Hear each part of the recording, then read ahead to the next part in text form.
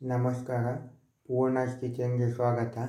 ನಾನು ಇವತ್ತು ನಿಮಗೆ ಸಿಂಪಲಾಗಿ ಮನೆಯಲ್ಲಿ ಮಸಾಲೆ ಪುರಿ ಯಾವ ರೀತಿ ಮಾಡೋದು ಅಂತ ಹೇಳ್ಕೊಡ್ತಾ ಇದ್ದೀನಿ. ಕೆಲವೊಮ್ಮೆ ಔಟ್ಸೈಡ್ ತಿನ್ನಲಿಕ್ಕೆ ಭಯ ಇರುವಂಥವ್ರು ಯಾವ ನೀರು ಯೂಸ್ ಮಾಡ್ತಾರೋ, ಯಾವ ಟೈಪ್ ಐಟಮ್ ಯೂಸ್ ಮಾಡ್ತಾರೋ ಅಂತ ಹೇಳೋರು ಸಿಂಪಲಾಗಿ ಇದನ್ನು ಮನೆಯಲ್ಲೇ ಮಾಡಿ ತಿನ್ಬೋದು, ರುಚಿಕರವಾಗಿರುತ್ತದೆ. ಮೊದಲಿಗೆ ನಾನು ಒಣ ಬಟಾಣಿಯನ್ನು 5 ರಿಂದ 6 ಗಂಟೆಗಳ ಕಾಲ ನೆನೆ ಹಾಕಿದ್ದೇನೆ. ಈಗ ಇದರ ನೀರನ್ನು ಸೋಸಿಬಿಟ್ಟು ಕುಕ್ಕರ್ನಲ್ಲಿ ಬೇಯಲು ಇಡಿ. ಈಗ ಕುಕ್ಕರ್ನಲ್ಲಿ ಸ್ವಲ್ಪ ನೀರು ಹಾಕಿ, ಜಾಸ್ತಿ ನೀರು ಹಾಕಕ್ಕೆ ಹೋಗಬೇಡಿ. ನೆನೆಸಿಟ್ಟಿರುವ ಬಟಾಣಿಯನ್ನು ಹಾಕಿ,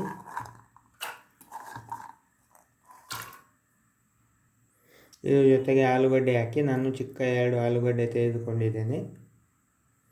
ಇದು ಮುಚ್ಚಿ ಚೆನ್ನಾಗಿ 2 ವಿಸಿಲ್ ಕೂಗಿಸ್ಕೊಳ್ಳಿ.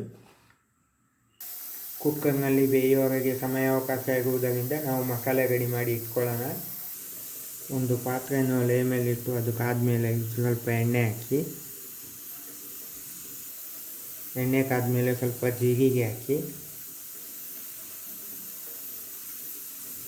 ಜೀರಿಗೆ ಪಟಪಟ ಸಿಡಿಯಲು ಆರಂಭಿಸಿದ ಮೇಲೆ ಈರುಳ್ಳಿ ಹಾಕಿ. ಈರುಳ್ಳಿಯನ್ನು ಲೈಟ್ ಗೋಲ್ಡನ್ ಬ್ರೌನ್ ಆಗುವವರೆಗೆ ಫ್ರೈ ಮಾಡಿಕೊಳ್ಳಿ. ಇದರ ಜೊತೆಗೆ ಬೆಳ್ಳುಳ್ಳಿ ಹಾಕಿ, ಸ್ವಲ್ಪ ಶುಂಠಿ ಹಾಕಿ, 1-2 ಲವಂಗ ಹಾಕಿ, ಸ್ವಲ್ಪ ಚಕ್ಕೆ ಹಾಕಿ,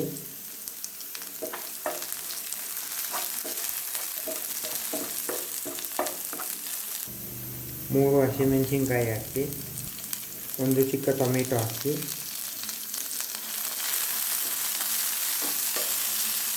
ಚೆನ್ನಾಗಿ ಮಿಕ್ಸ್ ಮಾಡಿಕೊಳ್ಳಿ. ಹಾಗೆ ಫ್ರೈ ಆಗಲು ಬಿಡಿ. ಸ್ವಲ್ಪ ಕರಿಬೇವಿನ ಎಲೆ ಹಾಕಿ ಮಿಕ್ಸ್ ಮಾಡಿಕೊಳ್ಳಿ. ಸ್ವಲ್ಪ ಅರಿಶಿನ ಪುಡಿ ಹಾಕಿ, 1/4 ಚಮಚ ಹಾಕ್ತಾಯಿದ್ದೀನಿ. 1/4 ಚಮಚ ಉಪ್ಪು ಹಾಕಿ, ಸ್ವಲ್ಪ ಕೊತ್ತಂಬರಿ ಸೊಪ್ಪು ಹಾಕಿ ಚೆನ್ನಾಗಿ ಮಿಕ್ಸ್ ಮಾಡಿ 1-2 ನಿಮಿಷ ಹಾಗೆ ಫ್ರೈ ಆಗಲು ಬಿಡಿ. ಚೆನ್ನಾಗಿ ಫ್ರೈ ಆಗಿದೆ. ಈಗ ಸ್ಟವನ್ನು ಆಫ್ ಮಾಡಿ ಪಕ್ಕಕ್ಕೆ ಎತ್ತಿಡಿ, ತಣ್ಣಗಾಗಲು ಬಿಡಿ. ಈಗ ಮಸಾಲೆ ಪುರಿ ಮಾಡಲು ಗೋಲ್ಗಪ್ಪ ರೆಡಿ ಮಾಡ್ಕೊಳ್ಳೋಣ. ಇದಕ್ಕೆ ಬಾಣಲಿಯಲ್ಲಿ ಎಣ್ಣೆಯನ್ನು ಹಾಕಿ ಕಾಯಲು ಬಿಡಿ. ಈ ರೀತಿಯಾದ ಗೋಲ್ಗಪ್ಪ ರೆಡಿಮೇಡ್ ಅಂಗಡಿಗಳಲ್ಲಿ ಸಿಗುತ್ತದೆ. ಇದನ್ನು ಎಣ್ಣೆಯಲ್ಲಿ ಚೆನ್ನಾಗಿ ಫ್ರೈ ಮಾಡಿ ಇಟ್ಕೊಳ್ಳೋಣ. ಎಣ್ಣೆ ಕಾದಿದೆ.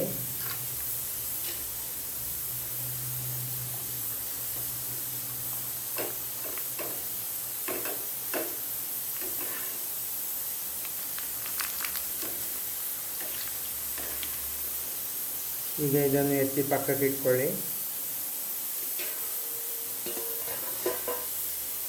ಈ ರೀತಿಯಾಗಿ ಎಲ್ಲ ಫ್ರೈ ಮಾಡ್ಕೊಂಡು ಬರೋಣ.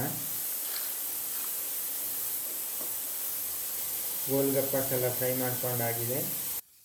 ಕುಕ್ಕರ್ 2 ವಿಸಿಲ್ ಆಗಿದೆ. ಈಗ ಓಪನ್ ಮಾಡಿ ನೋಡಿ, ಚೆನ್ನಾಗಿ ಬೆಂದಿದೆ. ಮೊದಲು ಫ್ರೈ ಮಾಡಿ ಇಟ್ಕೊಂಡ ಇದನ್ನು ಮಿಕ್ಸಿ ಜಾರಿಗೆ ಹಾಕಿ ನುಣ್ಣಗೆ ರುಬ್ಕೊಳ್ಳಿ.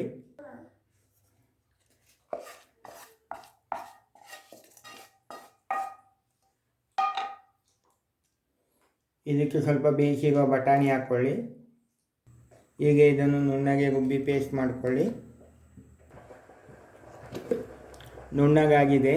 ಅದೇ ಪಾತ್ರೆಯನ್ನು ಒಲೆಯ ಮೇಲಿಟ್ಟು ರುಬ್ಬಿಟ್ಟಿರುವ ಮಸಾಲೆಯನ್ನು ಅದಕ್ಕೆ ಹಾಕಿ, ಮಿಕ್ಸಿಯಲ್ಲಿ ಉಳಿದಿರುವ ಮಸಾಲೆಗೆ ನೀರು ಹಾಕಿ ಜಾಡಿಸ್ಬಿಟ್ಟು ಹಾಕಿ,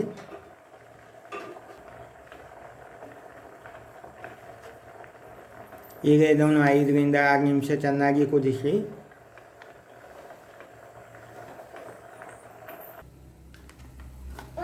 ಈಗ ಇದಕ್ಕೆ 1 ಸ್ಪೂನ್ ಚಾಟ್ ಮಸಾಲ ಹಾಕಿ ಚೆನ್ನಾಗಿ ಮಿಕ್ಸ್ ಮಾಡಿ. ಈಗ ಇದಕ್ಕೆ 1 ಸ್ಪೂನ್ ಗರಂ ಮಸಾಲ ಹಾಕಿ. ಈಗ ಬೇಯಿಸಿಟ್ಟಿರುವ ಪೊಟೆಟೊವನ್ನು ಚೆನ್ನಾಗಿ ಸ್ಮ್ಯಾಶ್ ಮಾಡ್ಕೊಳ್ಳಿ.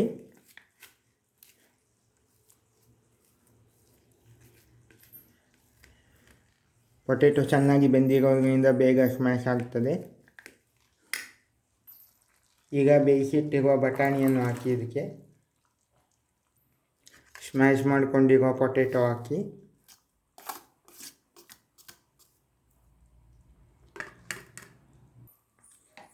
ಇದನ್ನು ಚೆನ್ನಾಗಿ ಮಿಕ್ಸ್ ಮಾಡಿಕೊಳ್ಳಿ.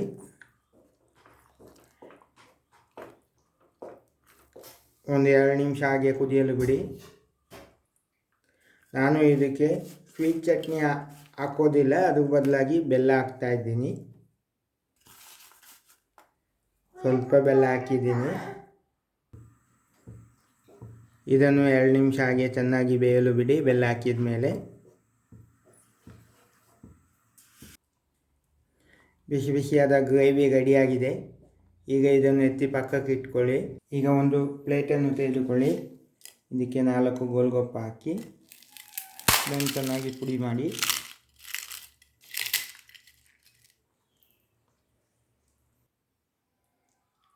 ಇದಕ್ಕೆ 2 ಚಮಚ ಮಸಾಲ ಹಾಕಿ, ಚಿಕ್ಕದಾಗಿ ಕತ್ತರಿಸಿಟ್ಟುಕೊಂಡ ಈರುಳ್ಳಿ ಹಾಕಿ, ಸ್ವಲ್ಪ ಈರುಳ್ಳಿ ಹಾಕಿ, ಸ್ವಲ್ಪ ಟೊಮೆಟೊ ಹಾಕಿ, ಸ್ವಲ್ಪ ಕೊತ್ತಂಬರಿ ಸೊಪ್ಪು ಹಾಕಿ, ಸ್ವಲ್ಪ ಖಾರದ ಪುಡಿ ಹಾಕಿ, ಸ್ವಲ್ಪ ಸೇವು ಹಾಕಿ, ಬಿಸಿ ಬಿಸಿಯಾದ ಮಸಾಲೆ ಪುರಿ ಸವಿಯಲು ರೆಡಿಯಾಗಿದೆ. ಸ್ನೇಹಿತರೆ, ಈ ರೆಸಿಪಿ ನಿಮಗೆ ಇಷ್ಟ ಆದರೆ ಲೈಕ್ ಮಾಡಿ ಹಾಗೂ ಶೇರ್ ಮಾಡಿ. ಮನೆಯಲ್ಲೇ ಟ್ರೈ ಮಾಡಿ ಕಮೆಂಟ್ ಮೂಲಕ ಯಾವ ರೀತಿ ಆಗಿದೆ ಅಂತ ತಿಳಿಸಿ. ಧನ್ಯವಾದಗಳು.